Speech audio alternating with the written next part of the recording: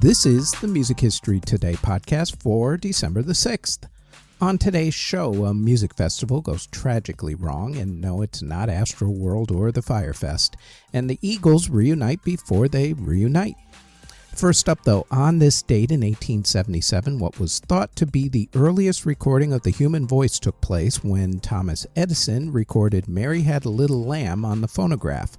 Someone has since discovered an even earlier voice recording, making Thomas Edison's recording now the second earliest vocal recording.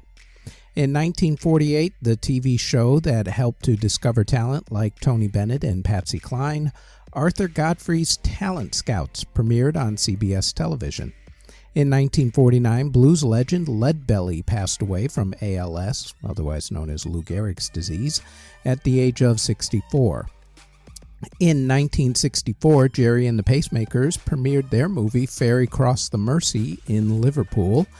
In 1969, a festival goer was killed by a member of the Hells Angels motorcycle gang at the Altamont Music Festival in California.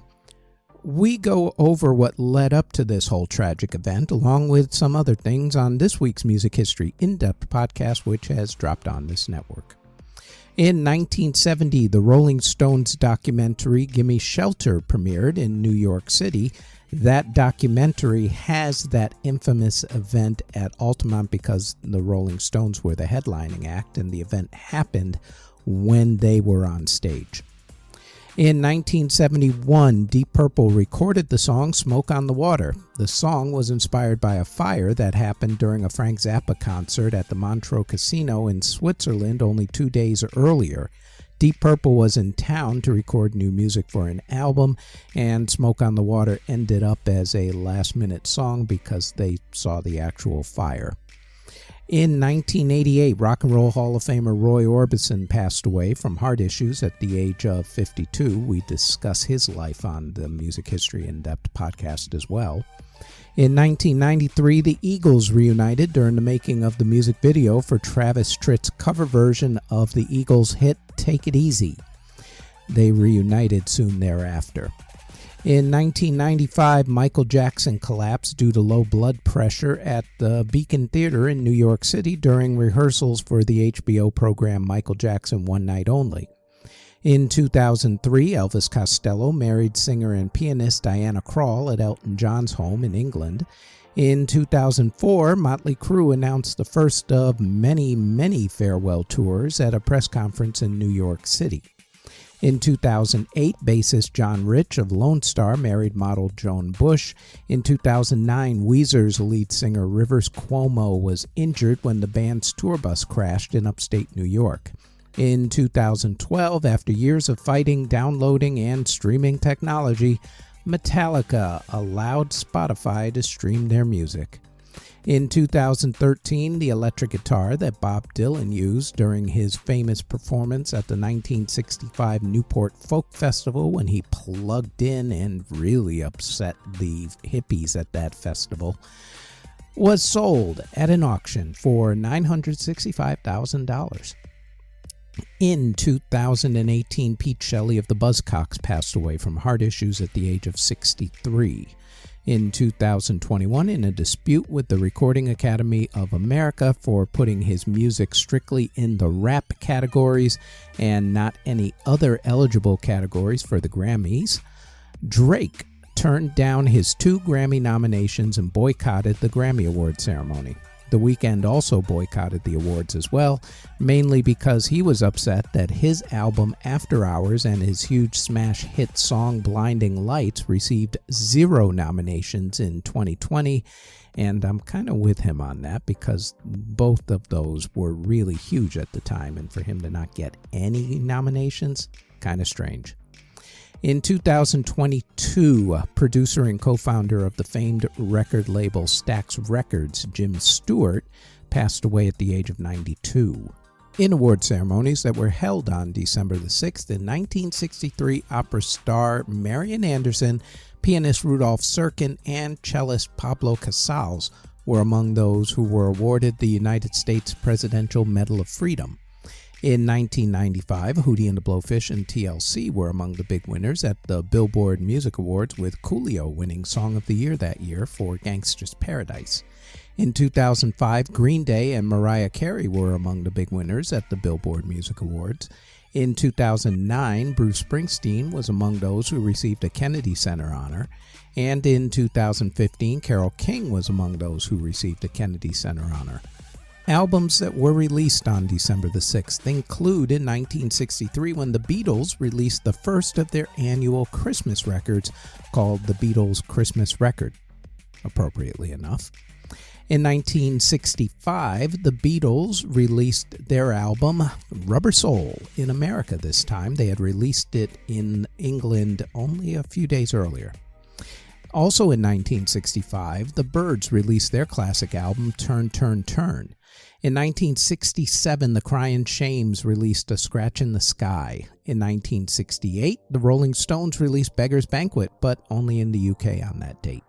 Also in 1968, James Taylor released his self-titled album, and Stevie Wonder released For Once in My Life. In 1973, Al Green released Livin' For You. In 1977, Al Green was at it again, this time releasing the Bell album. Also on that date, Jackson Browne released his classic Running on Empty. In 1980, Denny Lane released Japanese Tears. In 1993, Depeche Mode released Songs of Faith and Devotion Live. In 1997, Eminem released the Slim Shady EP. In 2005, Korn released See You on the Other Side. And also on that same day, the first album to completely use auto-tuning, T-Pain's Rapper Turnt Sanger, was released. In 2011, Korn released The Path of Totality, and Phish released Hampton Winston-Salem 97.